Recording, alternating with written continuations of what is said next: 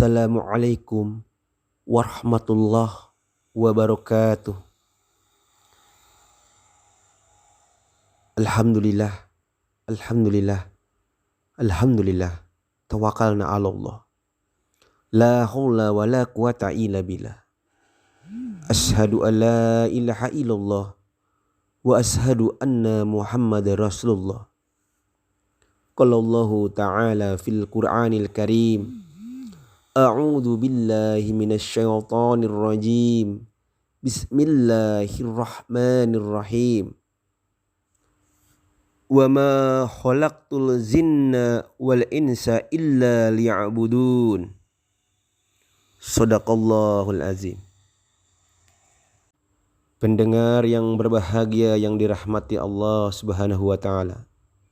Alhamdulillah, puji serta rasa syukur kita panjatkan kehadirat Allah Subhanahu wa taala atas limpahan nikmat, limpahan karunia dan izinnya, sehingga pada saat ini kita dapat bersua dalam acara Mimbar Agama Islam dengan tema tujuan Allah menciptakan manusia. Pendengar yang berbahagia, hari ini banyak orang-orang yang melupakan akan tujuan hidupnya. Seolah-olah kemegahan, kemewahan di alam dunia ini selamanya untuk mereka. Lupa akan hari akhirat, lupa akan tujuan hidupnya. Banyak orang yang mencari kehidupan, berangkat pagi, pulang malam, bahkan sampai ketemu pagi lagi, hanya untuk mencari kehidupan dunia. Sementara mereka melupakan akan hari akhirat. Kenapa ini semua bisa terjadi? Karena mereka lupa akan tujuan hidup yang sesungguhnya. Lalu apa sih tujuan Allah Subhanahu wa taala menciptakan kita di muka bumi ini? Apa maksud dan tujuannya? Sebelum kita lanjut kepada kajian, terlebih dahulu kita dengarkan pesan-pesan berikut ini. Baiklah pendengar yang berbahagia, Allah menciptakan kita di muka bumi ini dengan sebuah tujuan. Seperti ayat muqaddimah yang tadi saya bacakan di surat Az-Zariyat ayat 56. Wa ma khalaqtul jinna wal insa illa liya'budun. Yang artinya, dan tidak aku ciptakan jin dan manusia melainkan supaya mereka menyembah kepadaku atau beribadah kepadaku. Begitu bunyinya di surat Az-Zariyat ayat 56. Jadi Allah jelas-jelas di situ menegaskan di surat Az-Zariyat ayat 56 bahwa Allah tidak menciptakan jin dan manusia. Kita tidak membahas jin ya, kita bahas manusianya saja. Kecuali hanya untuk menyembah kepadaku, untuk beribadah. Berarti harus kita pahami daripada ayat yang disampaikan di surat Az-Zariyat ayat 56 tadi. Konteksnya, kita diciptakan di muka bumi ini hanya untuk beribadah.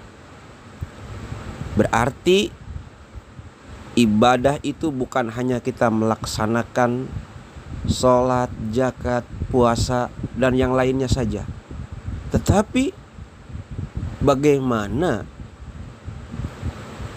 waktu yang Allah berikan 24 jam itu mempunyai nilai ibadah.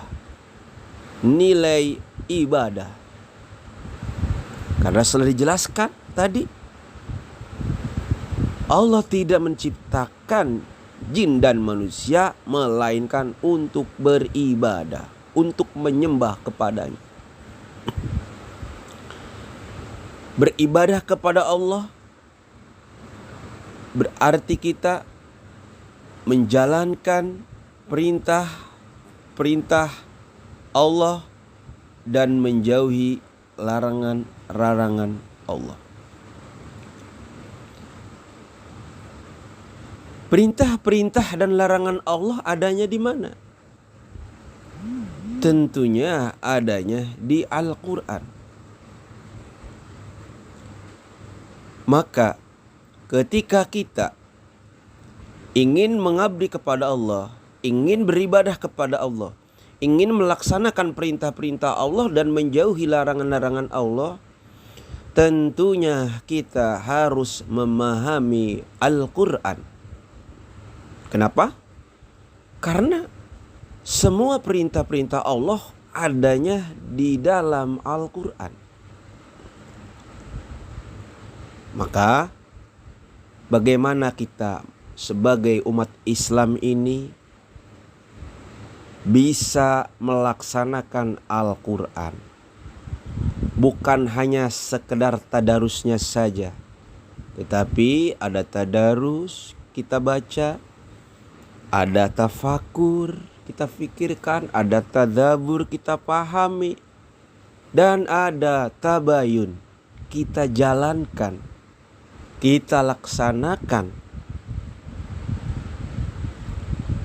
Berarti sebelum kita melaksanakan tadi, harus tahapan-tahapannya harus kita pahami. Al-Quran kita membaca saja itu sudah mendapat pahala. Apalagi kita pahami, kita tafakur, apalagi kita menjalankannya. Karena memang sudah seharusnya Al-Quran ini menjadi panduan hidup kita. Pendengar yang berbahagia, maka kita sebagai orang tua hari ini, bagaimana kita mampu membimbing putra-putri kita agar putra-putri kita bisa menjadi putra-putri yang soleh dan soleha. Karena generasi itu sangat mahal. Apalagi di era digital seperti sekarang ini. Tidak lepas kehidupan ini dengan media sosial. Di media sosial kita mau mencari apa aja ada. Tetapi kalau kita tidak dibentengi, putra-putri kita bisa terjerumus karena media sosial tersebut. Lalu apa tugas kita? Bagaimana membentengi putra-putri kita akan keimanannya, akan keistiqomahannya, agar mereka mampu membawa dirinya. Tanamkan keimanan kepada mereka. Tentunya dengan kita memberikan contoh, memberikan pembelajaran. Itu salah satunya dengan memberikan contoh yang baik. Maka kita pun sebagai orang tua berkewajiban kepada anak bagaimana menyampaikan sifat-sifat yang dimiliki Rasulullah Shallallahu Alaihi Wasallam. Di antaranya sifat sidik, sifat tabligh, sifat amanah, terus sifat fatonah. Bagaimana putra-putri kita ini mempunyai sifat-sifat yang tadi disampaikan, sifat-sifat Rasulullah, sifat-sifat mulia. Sifat-sifat sidik berarti jujur. Kejujuran menjadi modal utama kita. Karena dengan kejujuran, ketika kita ataupun putra-putri kita bekerja di sebuah perusahaan, dia akan amanah. Karena tadi di awal dari jujur. Amanah, akan dipercaya, akan terpercaya karena di awal dari sebuah kejujuran. Coba kalau sifat itu tidak dimiliki, maka akan terjadi penyelewengan. Maka yang pertama adalah kejujuran. Maka dengan jujur orang itu akan amanah, akan dipercaya karena mempunyai rasa tanggung jawab yang tinggi. Dan dia akan pandai menyampaikan, tabligh, menyampaikan sebuah kebenaran. Menyampaikan sebuah kebenaran kalau tidak diawali dari sebuah kejujuran itu sangat sulit sekali. Maka mengkait 4 sifat Rasulullah ini, sehingga itulah menjadi manusia yang fatonah, yang cerdas. Pendengar yang dirahmati Allah Subhanahu wa ta'ala, dalam kajian ini kita agar lebih menguatkan diri kita bahwa kehidupan ini hanyalah persinggahan, kehidupan ini hanyalah sementara. Kita semua akan diminta pertanggungjawaban kelak di yaumil akhir. Ada sebuah kata-kata mutiara yang berbunyi seperti ini. Man arafa nafsahu faqad arafa rabbah. Barang siapa yang mengenal dirinya, maka dia akan mengenal Robnya, akan mengenal pengaturnya, akan mengenal Tuhannya. Maka dalam kata mutiara yang disampaikan, bagaimana kita mampu mengenali siapa diri kita. Kalau kita sudah mengenali siapa diri kita, maka kita akan memahami apa fungsi diri kita. Insya Allah ketika kita memahami fungsi diri kita, kita tidak akan tersesat. Karena kita paham betul, kita adalah makhluk ciptaan Allah yang paling sempurna di antara makhluk-makhluk lainnya. Kita mengenali diri kita bahwa kita adalah makhluk yang paling sempurna. Makhluk yang mempunyai gelar nama manusia, yang Allah ciptakan dengan sebuah visi dan misi, dengan sebuah kehendak, yaitu Allah menghendaki manusia untuk beribadah.